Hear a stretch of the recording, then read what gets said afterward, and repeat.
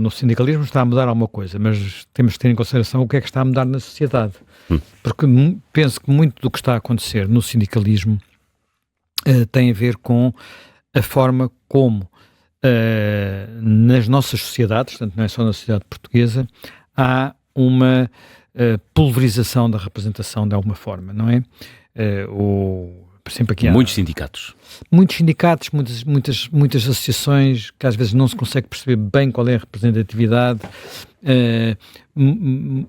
As grandes estruturas de organização da sociedade que, enfim, marcaram o período da Revolução Industrial, da Primeira e Segunda Revolução Industrial, hoje em dia desaparecem. Repara, estamos a falar, quando nós pensávamos em estruturas que estruturavam a sociedade, o que é que tínhamos? Tínhamos, olha, as Forças Armadas. As Forças Armadas sem serviço militar obrigatório já não têm esse poder. Há países onde ainda têm e percebemos a importância que isso tem. Falo, por exemplo, de Israel. Israel, claramente, é uma força, até porque é homens e mulheres, e, portanto, tem um peso muito importante. As igrejas. As igrejas também tinham, enfim, estou a falar na Europa, um peso muito grande na organização das sociedades, na indução de comportamentos, também, de alguma forma, não era bem na representação diretamente, mas, de alguma forma, percebia-se que, falando com as igrejas, ouvindo as igrejas, se podia, de alguma forma, ter uma pulsão, uma ideia do que era o sentimento. Era um elemento aglutinador. Era um elemento aglutinador. Naturalmente, os partidos políticos, mas repara, nós falamos de uma pulverização, digamos, os partidos políticos estarem a atomizar. Portanto, onde nós tínhamos, por exemplo, no Parlamento Português, durante décadas, tivemos 4 partidos, CDS, PSD à direita, PCP e PS à esquerda. Enfim, o DP de vez em quando tinha um deputado. Primeiro entrou o Bloco, depois entrou o PAN, a Iniciativa Liberal, o Chega, o Livre, e de repente podemos ir, o próximo Parlamento pode ter 9 partidos, este tem 8, o próximo pode ter 9. Aliás, o mais provável... Já não a defender grandes causas, mas a defender microcausas. Muitas vezes estes partidos começam a defender microcausas. Quer dizer, isso sempre existiu, digamos, havia o Partido Camponês, historicamente, havia, enfim, os partidos camponeses tiveram muita importância no princípio do século passado, em muitos países europeus, não é o caso português. Partidos que se assumiam, por exemplo, abertamente como sendo o Partido Católico, ou o Partido, enfim, Católico ou Cristão, isso era muito comum, ainda hoje há uma corrente política chamada Democracia Cristã, não é? Portanto, e tudo isso se esvaneceu de alguma forma. Partido dos Reformados, não é? Sim, tivemos muito... Eu acho que é o primeiro sinal é o primeiro sinal trabalhar disso. É o primeiro sinal disso. Mas repara, há países europeus com partidos piratas, que são partidos de hackers, portanto, defendem o direito dos hackers, que pirateiam contas, não é? Partidos de caça e pesca, em França, por exemplo, em outros países. E com peso, e chegam a ter peso e influência, portanto, e isto foi ganhando algum peso. Eu acho que nós hoje sentimos que isso já não é exatamente assim. Há sistemas políticos que induzem, digamos, uma existência ainda de 2 grandes partidos, porque são sistemas em que, olha, o vencedor ganha tudo e, portanto, são círculos eleitorais uninominais, quem ficar com um voto à frente elege quem lá estiver. É o americano, o inglês, por exemplo, sistemas desse género. E por isso, mesmo no sistema inglês, começa a haver menos dominância apenas do partido, de 2 partidos. Mas, nos outros sistemas, nós sabemos que está a acontecer um movimento contrário. Portanto, isto acontece porque, também pela própria estrutura do trabalho, das nossas vidas, digamos assim, não é? Havia as classes sociais, no sentido tradicional do termo, não estou a dizer que tivessem desaparecido, mas misturaram-se de alguma forma, não é? Portanto, e nós hoje temos, por exemplo, clivagens políticas que são mais determinadas, por exemplo, pelo nível de instrução, do que pela classe social. E historicamente não foi assim, não é? Portanto, no Reino Unido, por exemplo, os trabalhadores pobres, os trabalhadores de uma forma genérica, votavam trabalhista. E os proprietários de terras, a classe média alta, votava conservador. Hoje não é assim.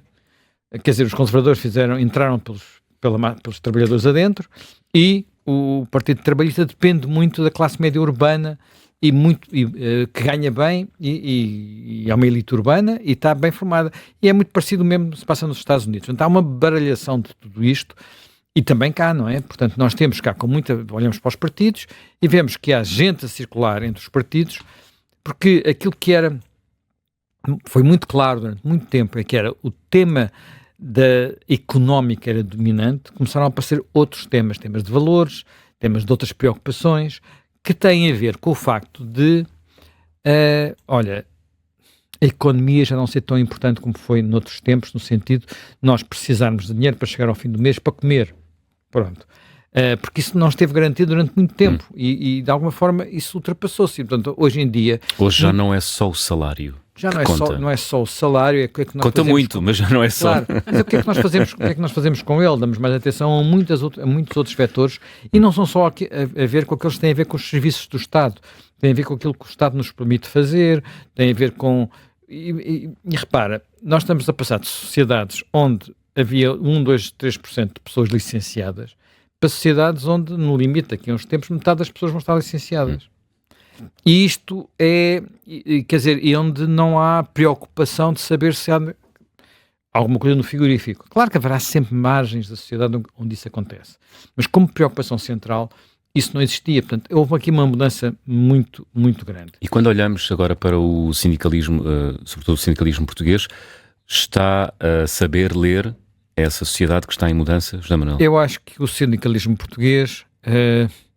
é o sindicalismo, basicamente, que nós criámos, ao contrário do que aconteceu em outros países, é um sindicalismo que nós criámos no pós-25 de Abril. Porque nós tínhamos uma tradição sindical em Portugal anterior à Primeira República, ou melhor, anterior à Primeira República e da Primeira República, que era muito dominada por sindicalistas anarquistas. É uma tradição do sul da Europa, em particular da Península Ibérica. Portanto, que tinham a vontade de destruir esta sociedade, acabar com o Estado. Portanto, quer dizer, um dos jornais portugueses mais antigos chama-se A Batalha, que é um jornal deste movimento e que nunca desapareceu completamente. É do anarquismo, ao contrário do que aconteceu em muitos países europeus, o nosso movimento comunista sai do anarquismo e não do socialismo, porque nos países mais a norte o que havia eram movimentos socialistas fortes, e foi dentro desses movimentos que se deu a cisão entre, a seguir à Revolução Soviética, basicamente, entre o socialismo, que nós hoje chamamos de socialismo democrático, e o comunismo, portanto, o leninismo, se preferires.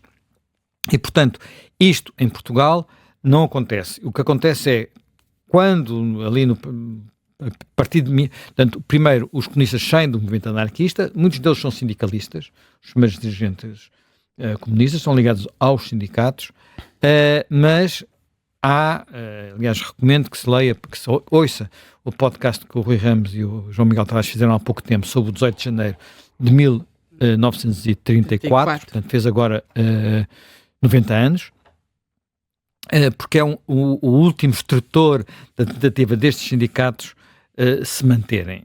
Depois há muita mitologia, e isso é que é interessante nesse podcast, sobre o que se passou, designadamente a tensão entre comunistas e anarquistas nessa altura. Mas os sindicatos nacionais, de que resto falou aqui o João Proença, os sindicatos nacionais que são impostos pelo Estado Novo, tinham algumas características que hoje nós até achamos um pouco bizarras. Ele referiu a sindicalização era obrigatória. Parece estranho. Quer dizer, como é que um regime que nós identificamos como sendo o Estado Novo muito direitista impõe a sindicalização obrigatória? Porque a ideologia do nosso Estado Novo era uma ideologia corporativa. O que é que isso significa? Era uma ideologia que pressupunha a colaboração entre as classes sociais. E, portanto, precisava de sindicatos para haver essa colaboração. E havia uma Câmara Cooperativa e havia outras coisas desse género. E durante muito tempo, isto depois tinha um outro lado, não é? As direções sindicais tinham que ser aprovadas pelo Governo. Isto só começa a mudar um bocado no final dos anos 60, portanto já com Marcelo Caetano, e é a partir daí que até que surge aquilo que no princípio foi a Intersindical e depois a CGTP. E com muita força naquele sindicato que eu falei há pouco, que era o Sindicato dos Bancários, que é um dos sindicatos que tem movimentações fortes no pré-25 de Abril, ainda aqui, por exemplo, em Lisboa. Ora bem, esta gênese e as guerras que houve, as lutas importantes que houve logo em 74, 75, por causa de saber se íamos ter apenas um sindicato, ou melhor, uma confederação, e se devia ou não para cada classe profissional haver apenas um sindicato.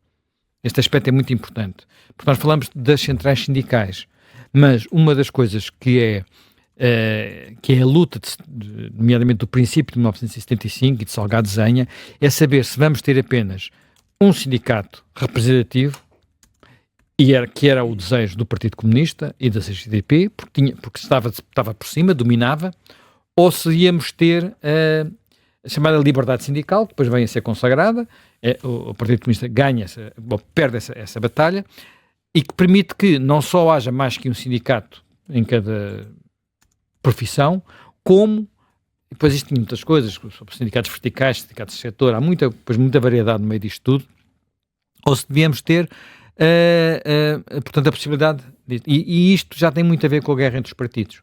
Portanto, quando a UGT é formada, a UGT do João Proença, a UGT não é formada inicialmente criando novos sindicatos, é formada com aqueles sindicatos que existiam, que tinham deixado de ser dominados pelo PCP. O caso dos bancários, o caso dos escritórios, eram sindicatos de serviços. Nos sindicatos operários, o domínio do PCP foi inexpugnável e, portanto, eles não conseguiram isso. E depois, a pouco e pouco, vão surgindo em cada setor sindicatos, alguns deles, o limite são os professores. Nos professores há dezenas de sindicatos. Na PSP, em 2018, eram 16 sindicatos. Havia mais... Mas eu acho que nos professores ainda há mais. Sim, mas na PSP havia sindicatos que tinham mais dirigentes que associados. Que associados. E aqui surge um último aspecto. Eu não queria demorar muito mais tempo, porque acho que as pessoas sabem muito mais disto do que eu e, portanto, podem falar mais da atualidade, onde há coisas que não sei mesmo.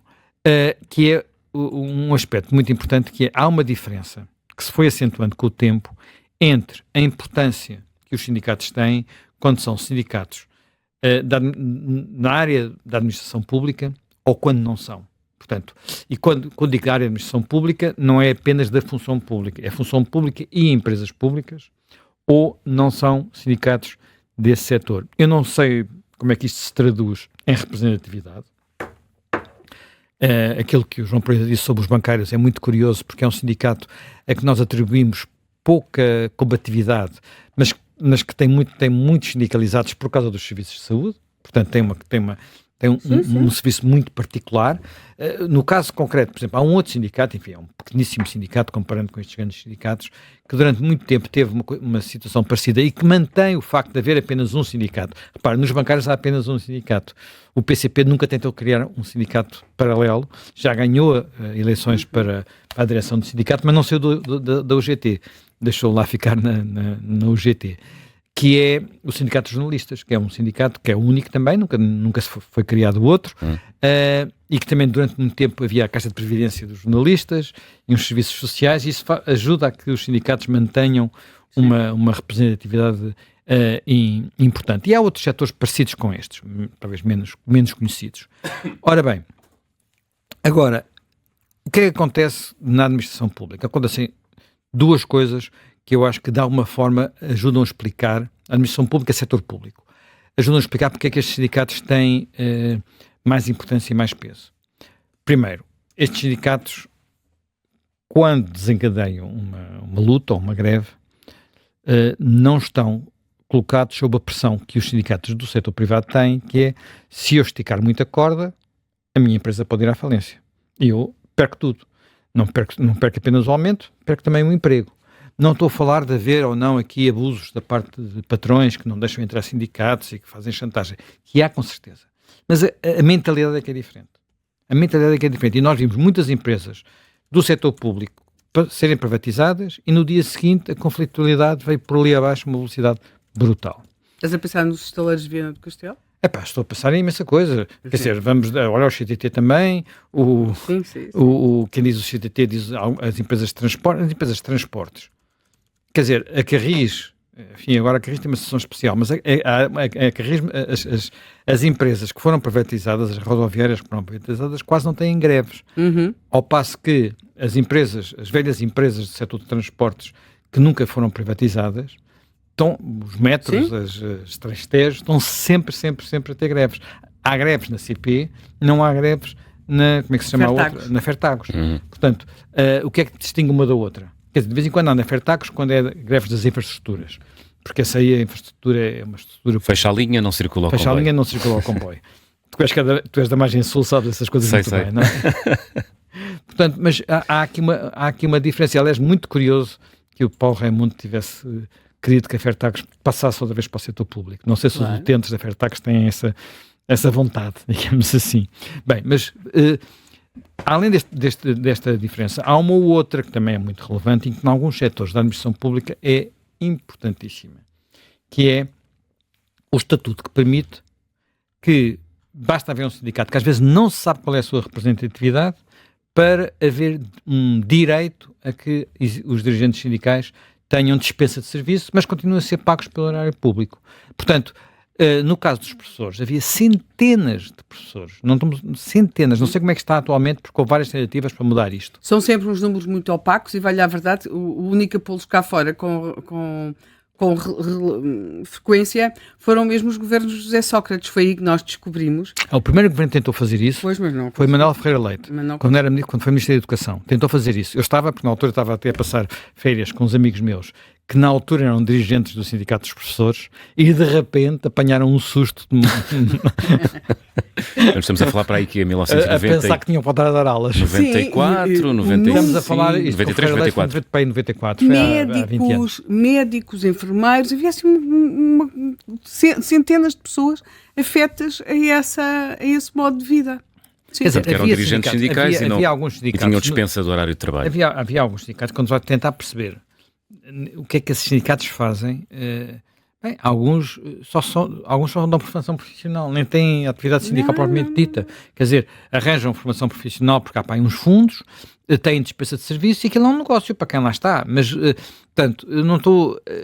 isto é um pouco... Quer dizer, no setor privado há regimes que permitem haver alguma dispensa de dias de serviço, mas não há salários integralmente pagos com as mesmas condições pelo patrão, para se poder andar a fazer, ir à sua vida sindical, não é? Sendo no caso dos professores foi particularmente chocante quando nós tínhamos os sindicatos a contestar, quando a avaliação e as progressões na carreira começam a tentar ser introduzidas, com a Maria de Lourdes Rodrigues, depois passamos para o Nuno Crato, portanto o último governo de Sócrates, depois temos o governo do Passos, e descobriu-se que os sindicalistas que estavam na rua furiosamente contra essa entretanto já tinham cumprido todos aqueles processos da progressão na carreira, tendo alguns deles chegado lá àquele escalão acima, que é praticamente inacessível. Na altura havia uma coisa, enfim, estamos a falar do outro período, eu vou acabar, havia uma coisa que nós até brincámos, que era o manifestómetro, que era aquela placa central para estacionamento à frente do Ministério da Educação, onde havia manifestações todos os dias. E aquilo eram umas dezenas de pessoas sempre, nunca eram muitas, e eram funcionários. Eram funcionários do edifício da 5 de Outubro.